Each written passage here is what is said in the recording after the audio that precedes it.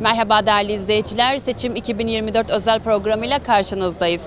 Yerel yönetim seçimlerine sayılı günler kalmışken bizler de bugün Bağcılar'da yurttaşlara mikrofon uzatacağız.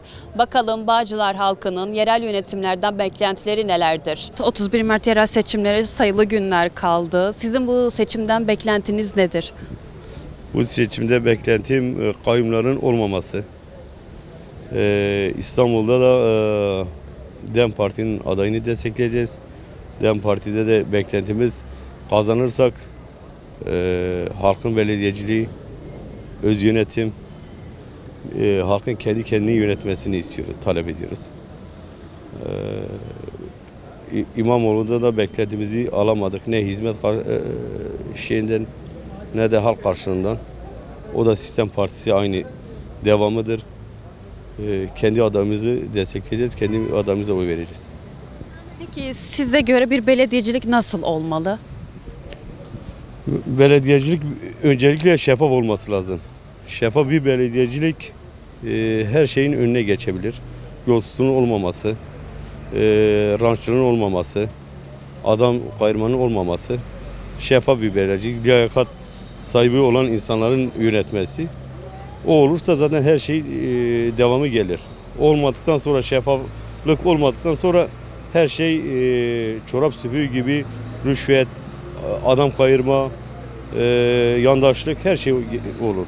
Ama şeffaflık olursa hiçbir şey olmaz. İstanbul'da DEM Parti'nin sandığa gitmesi, daha önce de tanıdığım çok insanlar sandığa gitmedi. Bu dönem sandığa gidip kendi adayımızı destekleyeceğiz. Ne A partiye ne B partiye mecbur değiliz. CHP'yi kazandırmak için kurulan bir parti değildir. Geçmişi olan, tarihi olan, bedel veren bir partiyiz. Kendi adayımızla, kendi halkımızla gideceğiz. Kazanırsız, kaybederiz. Farklı bir konu ama mutlaka sandığa gidip DEM Parti'yi desteklememiz lazım. Teşekkür ederim. Biz teşekkür ederiz, sağ olun. Size de soralım, bir genç olarak belediyecilikten beklentiniz nedir? Bir genç olarak belediyecilikten beklentim nedir? Ben bu Bağcılar'da doğdum, büyüdüm. Yani yıllardan beri de hani burası AKP'nin elinde olan bir belediye. Hani bizim en çok rahatsızlık duyduğumuz konu nedir? Hani belediye bir yere yatırım amaçlı aldığı ihaleyi, o ihalenin bakiyesini mesela kendi çıkarı amaçlı kullanıyor. Yani herhangi bir yatırım olmuyor. Örnek verin, bugün aldığı ihale üzerinden geliyor, kendine miting düzenliyor. İnsanlara o mitinge taşımak için o ihaleden şey yapıyor. Daha çok hani bizim haklarımız yeniliyor burada. Bugün ben babamı belediyeye götürdüğüm zaman belediyede herhangi bir tercümen yok. Örnek verin, bugün ben babamı belediyeye götürdüğüm zaman babam anladığı dilde kimseyle konuşamayacak mı veyahut da ondan sonrasında yani daha çok belediye, şu anki belediye çıkar amaçlı şey yapıyor. İnsanlara hizmet, yani hizmet ediyoruz diyor. Daha çok hani önden bir park yapıyor, arkasından dünyanın parasını alıyor. Önden bir yürüyüş yolu açıyor, arkasından dünyanın parasını alıyor. Hani bu insanların kaderi bu değil. Bugün baktığımız zaman, sokak arasına girdiğimiz zaman tekstillerde 12 saat boyunca asgari ücrete çalışan insanları görüyoruz biz burada. Hani bu parayı kazanmak kolay değil. Ben şahsen kendim asgari ücretli çalışan biriyim. Kendim geçinemiyorum. Benim kaderim bu mu? İlla ben Avrupa'ya mı gideyim? Ben ülkemi istiyorum. Hani ben memleketimi seviyorum. Bugün baktığım zaman da DEM Parti'nin aldığı bir karar var. Hani bu karara yani çok hoşuma giden bir karar oldu. Çünkü İstanbul'da bir belediye eş başkan adayları çıkardı. Hem de eş başkan çıkardı, sonuç olarak eşitliği temsil ediyor. Bir erkek aday, bir kadın adayı. Çok güzel bir tutumu oldu bu. Çok güzel de bir karar aldı. Yani bugün her zamanki gibi bir genç olarak DEM Parti'yi destekliyorum. Nasıl bir nöbetçi eczane oluyorsa her sokak başında her nöbetçi torbacı gibi bir şey var artık. Hani devlet buna nasıl göz yumuyor? Amaç bu Kürt gençlerini düşürmek mi? Veyahut da amaç nedir? Bunu bilmiyorum. Hani çünkü uyuşturucu dediğimiz zaman hani şu anda hani bu ticaret meselesine dönmüş. Yani bir baktığımız zaman her bir gence baktığım zaman bir sokak başında, yani şuuru yerinde değil, kendinde değil. Hani buna da bir hani çözüm bulunması gerekiyor. Ben bunu DEM Parti'den bekliyorum. Yani Murat Çepni'den, Meral Danış, Beşiktaş'tan bekliyorum. Yani illa ki inanıyorum ki bu adaylar yani her ilçede bir uyuşturucu tedavi merkezi açacağına inanıyorum.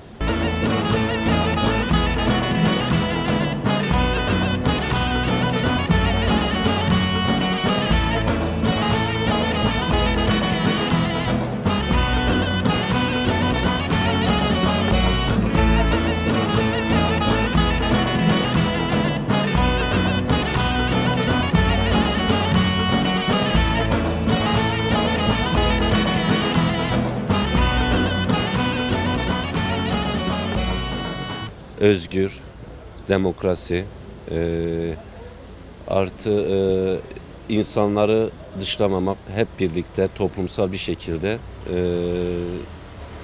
daha böyle şeffaf, temizleyici, temizlik olarak her şey yani şeffaf bir şeyde olmasını istiyoruz. Hiçbir ayrımcılık yapmadan, hiçbir ırk veya dil olmasa her dilden, her şeyden herkese bir güzel bir belediyecilik yani tavsiye ediyoruz. Peki bu saydıklarınızı hangi parti karşılıyor? DEM Parti. DEM Parti'den dolayı DEM Parti çünkü şöyle şeffaf olduğu için artı hem insanlara karşı duyarlı olmaları artı bir de hiçbir menfaat veya çıkar olmaksızın çalışmalarından dolayı DEM Parti diyorum.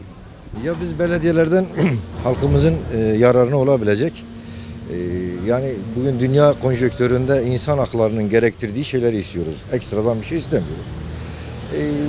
Trafiktir, ondan sonra insanlar için sosyal alanlardır, yeşil alandır, hayvanlar için, sokak hayvanları için ekstra bir durumdur. Bunları istiyoruz. Yani bizim istediğimiz şeyler tamamen bugün dünya konjonktüründe insan haklarına gerekli olan şeyler istiyoruz. Ekstra bir şey istediğimiz yok. Peki taleplerinizi hangi parti karşılar? Yani şimdi bizim günümüz siyasi koşulları içerisinde, günümüz Türkiye'mizin içerisinde bizim taleplerimizi karşılayacak tek parti var. DEM Parti'dir. Bu DEM Parti'nin kucaklayıcı olması benim için yeterli oluyor yani. Çünkü bu bir gerçek. Bugün İstanbul Kürtlerin en fazla bir arada yaşadığı bir şehir. Yani bir Diyarbakır'dan veya bir Batman'dan daha fazla Kürt nüfusuna sahip olan bir şehir. Yani bırakmamaları abes olurdu bence. Bizi bir şekilde Doğu ve Güneydoğu veya özellikle Kürt halkını temsil edecek birilerinin olmasını biz canı gönülden istiyorduk zaten.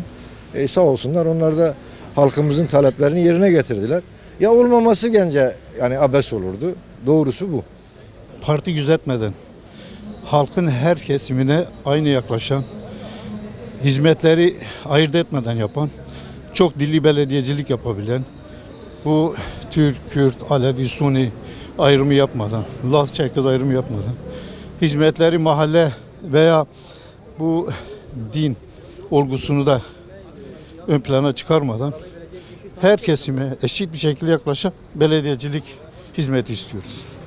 Böyle bir hizmet istiyoruz. Kürt vatandaşlar olduğumuz için beklentimiz halkımızın kendilerine oy vermesi, DEM Parti'ye oy vermesi, Meral Danış Beştaş'a veya o Murat Çepli miydi ona vermesi. Çünkü onlar çok dilli belediyecilik, halka eşit şekilde muamele, hizmet yapacaklar. Hizmette aksama yapmayacaklar. Ellerinden geleni yapacaklar.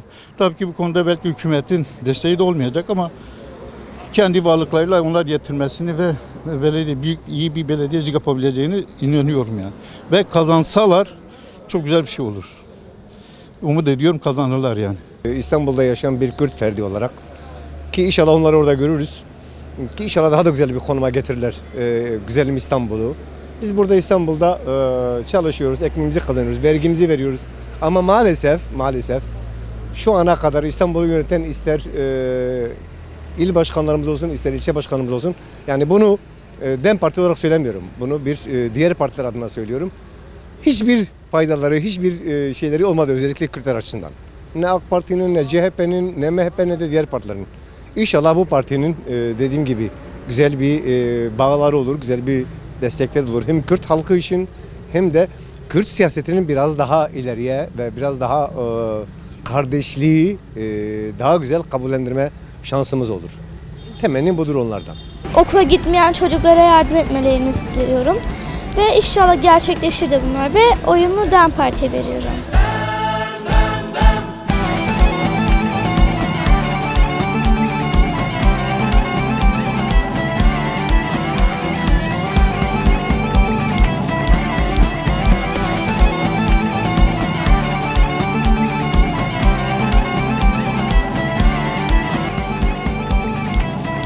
Şimdi yıllardan beri bizim üzerimizde çeşitli genel olarak çeşitli şeyler yapıldı. hep bizim üzerimizde oyunlar oynandılar. Biz bugün artık yani bu oyunlar oynanmasın. Her şey açık açık söylensin. Yani her şey açık açık halka izah edilsin. Tabii ki Meral Danış Beştaş'ın aday olması bizim için bir mutluluktur. Tabii sonuna kadar destek vereceğiz. 22 yıldır partim, düşüncem, ideolojim aynı. Daha önceki şeylerden gelen, siyasi hareketlerden gelen ve şu anda da DEM Parti olarak bilinen partim DEM Parti. Yıllardan beri üyesiyim. Çalışmalarını da yürütüyorum. Gönül hoşluğuyla da yapıyorum. Kendi tabanımızın, kendi kitlemizin, kendi halkımızın isteği, arzusu doğrultusunda kendi adaylarımızı çıkardık. Bundan da gayet memnunuz. Yalnız önümüzdeki süreç neyi gösterir, önümüze ne getirir o konuda bir şey diyemem. Belediyecilik demek millete hizmet demektir, ayrımcılık yapmamak demektir. Halkı bütün ve beraberlik görmek, başka ne olacak? Belediyecilik bu. Meral Danış Beştaş ve Murat Çepni aday seçildi İstanbul'da. Bu durumu nasıl değerlendiriyorsunuz? Şu an durumu mükemmel değerlendiriyoruz. O mutlu olduğumuz için de devam edeceğimize inanıyorum. Bizim partimiz zaten bellidir. Herkes ümitli var. Bizim ümitimiz çok büyüktür. İnşallah da alacağız. Allah'ın izniyle alacağız. Biz DEM Parti'yi destekliyoruz. Beklettiğimiz bizi tanımak istiyor. Hala Türkiye'de kimse bizi tanımıyor. Biz Kürdüz. Ana dilimizde eğitimi görmek istiyoruz. Her şeyi Kürtçe yapmak istiyoruz. Daha önce vardı zaten. Şaraderi yazıyorlardı. Hepsi tabelayı söküp yere attılar. Bu can alıcı bir şey. Bu kaos. Bizim için kaostur bu. Aynı şekil olmasını istiyoruz. Partimize vereceğiz. Evet. Oylar böldüğünde de farkındayız. Her şeyde farkındayız. Buna rağmen vereceğiz. Yapacağımız bir şey kalmadı. Meral Başkan da dile getirdi salonda. Yani hiçbir şekilde tanımıyor. Gelip bize oy verin. Bir dahaki seçime Allah büyüktür diyor. Böyle de olmuyor. Bir belediyecilik halkın tüm kesimini kucaklaması lazım. Irk, din, mezhep ayrımı yapmaksızın tüm insanlara eşit olması lazım. Öyle bir belediyecilik istiyoruz. Umarım bu da olur. Peki saydıklarınızı hangi parti karşılıyor? Hangi parti karşılıyor? DEM Parti karşılıyor. Konuşuyor ama sonra da arkadan bir şey yok yani gelmiyor şey. Yani 5 senedir ağzı olan konuşuyor, öyle bir şey var ya, genel öyledir bacım yani. Belki de kolay da değil, zor da ama öyle seçimden önce bunu yapama, onu yapama şey olduğu zaman bir şey yapamıyor yani. Ya birisi söz söylüyor, o değildi. Birisine sözü verdi mi o şey bitti orada. Kararlılık iyi değil. İyi değildir yani ama bunu ne yapalım? AKP'liyiz biz. Yani yine tereddütteyiz. Hiçbir hizmet göremedik. Sıkıntıdan başka şu anda bir şey göremiyoruz. Bak dükkanın içine bak, bomboş. Satış yok, mal pahalı. Bu yoğurt 50 lirayken oldu 150 TL. Haftaya 200 TL. Yani sıkıntı büyük. Şu andaki sıkıntı, inşallah bununla kurtuluruz. Ama hiç önünü kesemiyorlar. 2023 dediler, kandırdılar bizi. O şey olacak. Şimdi 2030 diyorlar. Yani ne zamana kadar bu devam edecek? Sıkıntıdan başka bir şey yok. Bir esnaf şu anda sıkıntıdan başka bir çaresi yok. Hacizlik oldu. Bankaların çektiği parayı ödeyemedi. Sıkıntı. Çalışmayan olursa böyle devam edecek. Yani hep bana koltuktakiler orada yatıp da burada esnaf 17 bin lira bir askeri ücretle 17 bin lira çalışırsa, 15 bin lira kira verirse, 2-3 bin lira doğal gaz, elektriktir, 20-25 milyon adam ne yiyecek, ne edecek? Bir kişi yani belki de burada taşınan, evinden dışarı atanlar da oldu. Çekip memleketine gitti. Aç kalan da burada oldu. Yani sıkıntı büyük. Bağcılar özelinde baktığımızda Bağcılar'ın nasıl sorunları var? 14 senedir buradayım esnafım. Bağcılar'da hiç çalışma görmemişim. Görmemişim. Nerede bir park alanı? Nerede bir şey burada? Hiçbir bina, kim kime bina dik, onu dik, bir şey düşüncesi yok ki. Bu halkımız ne yapacak? Bu halkımız ne yiyor, ne içiyor? Saraya ne olacak? Sarayı düşünüyorlar. Onu bunu ama halkı düşünen yoktur. Bir zeytinyağı olmuş kilosu 150 TL ise sonucumuz iyi değil. Sosyal yardımın, sosyal toplumun, sosyal bilincin daha güzel olması gerekiyor. Onlar daha iyi bilir. 2 daha 4'tür. 5 yok. 2 daha 4 ama bunu 5 yapanlar var.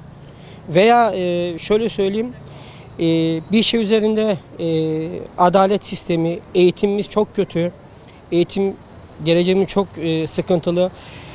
Şeyimiz çok kötü. Ekonomik ortamımız bugün bir peynir, zeytin kaç para? Herkes baksın, herkes bunu biliyor. Emekliye verilen parayı düşünün.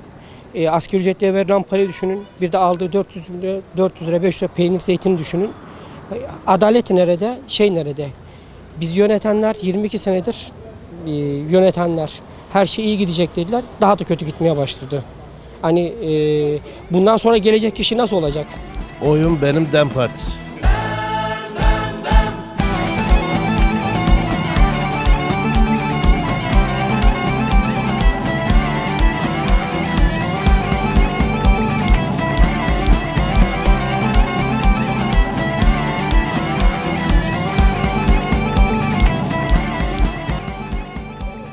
Spesifik olarak belediyelerden hiçbir beklentim yok. Belediyelerin tamamı da, siyasetin tamamı da, yolsuzluk, adam kayırma, her türlü çirkefliğin döndüğü alanlar haline gelmiş. Dolayısıyla siyasette bir beklentim yok Türkiye'de. Zaten Türk halkı da topyekün apolitik hale gelmiş durumda. Dolayısıyla benim bir beklentim yok. Belediyecilik genel anlamıyla çok kapsamlı bir konu. Tek birkaç sözcükle buna cevap vermek imkansız. Ama görüyoruz ki belediyeler rant alanlarına dönüşmüş durumda. Adam kayırmacılık alanlarına dönüşmüş durumda. Dolayısıyla belediyeciliği tanımlamak çok kolay değil. Ayaküstü tanımlanmaz. Fakat ben bir halk belediyeciliği, halka hizmet eden, halkın sorunlarını çözen, altyapı sorunlarını çözen, halkın kültürel, sosyal, ekonomik bütün sorunlarını çözmeye çalışan bir belediyecilik tasavvur ediyorum ama maalesef bu ülkede böyle bir şeye rastlamak mümkün değil. Meral Danış Beşiktaş'tan yana kullanacağım.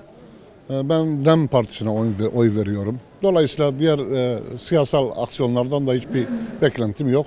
Var olan oyumu da onlara kullanacağım. Kürtlerin ekonomik sorunlarını, sosyal, kültürel, toplumsal sorunlarını, etnik sorunlarını dile getiren, kimliğimin mücadelesini veren bir parti. Dolayısıyla ben oyumu DEM'e veriyorum. İnsanlarda gerçekten bir dalgınlık var. İnsanlar o dalgınlığın üzerinde yürümeye devam ediyor. Bilinç dışı hareket ediyor. Kimi bir kilo makarna, kimi bir kilo, ciddi diyorum bak, kimi bir kilo ne bileyim bir koli yumurta bilmem ne evine götüremeyen insanlar var. Ama işin içine girdiği zaman biz halimize memnunuz diyorlar. Bir kafamızı bir kaldıralım ya, şu insanlara bir bakalım ya. Gerçekten bir tanesi mutlu mu ya? Bir tane mutlu bir insan var mı? Bak buradaki esnaflar dahil, bak bizim bu dükkanımız 40 senedir burada. Bina komple bizimdir. Durumumuz gayet iyi. Ama bizim halkımızda şu görüş var. Benim evim var, arabam var, bana ne? Doğru mu? Bak yakıta zam gelir, kimse sesini çıkartmaz.